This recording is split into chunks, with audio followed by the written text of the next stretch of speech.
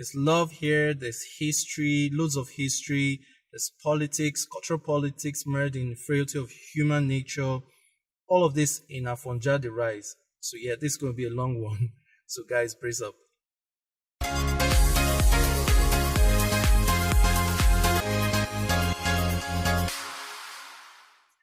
What's up guys, my name is Sochi and this is Grill Notes where I talk about books and reading.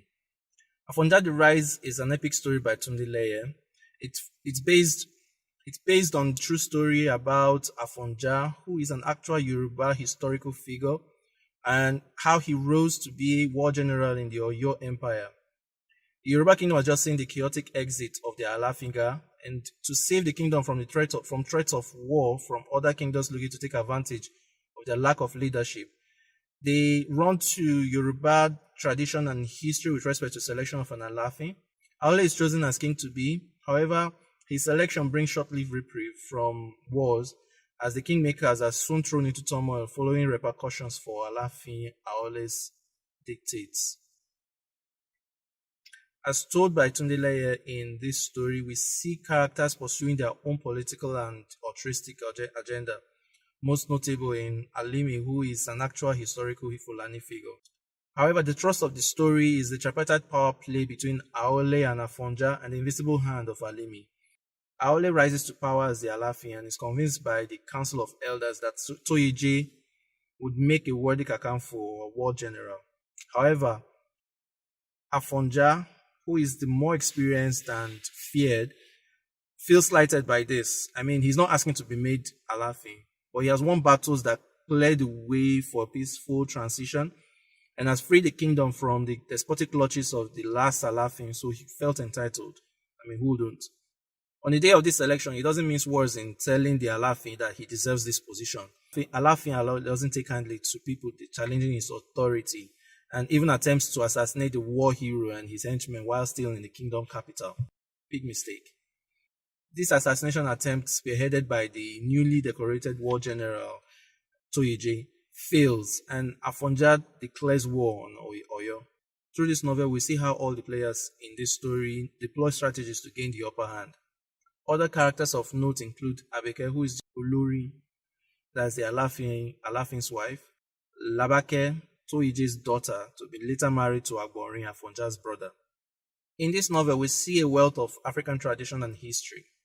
There's a moderately complicated web of betrayal here, but underneath all this, there's the intricacy of human relationships and emotions. There's a strong thread of Yoruba tradition as well. I learned a little about courtship the old Yoruba way, marriage, coronation, reverence of traditional rulers, and even dethronement. There's love here. I mean, the relationship between Agbori and his soon-to-be wife, Labake, challenged the myth about marriage by betrothal being loveless. We get a sneak peek into Yoruba marriage rites that were also adopted for the marriage between Abudu and Jemima, who are Fulani slaves. In Afonja the Rise, Tunde Leye serves us a good dose of compelling female characters, from the Olori Abike to Omo Labake, the Ogbomosho woman, as Agbori called her when she first caught his sight. To me, Labake brought balance to dynamics, which the Olori easily toppled by her influence.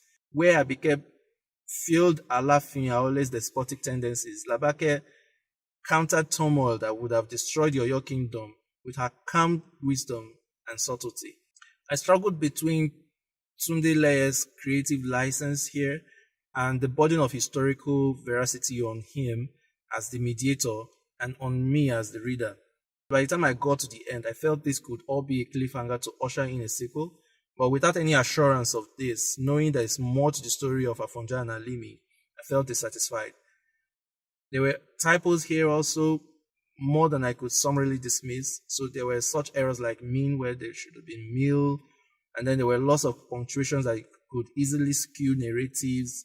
They might want to look into those before going into another reprint of the novel. At different parts of the novel, I felt the narration was moving too fast, so much so that it almost read like a history text.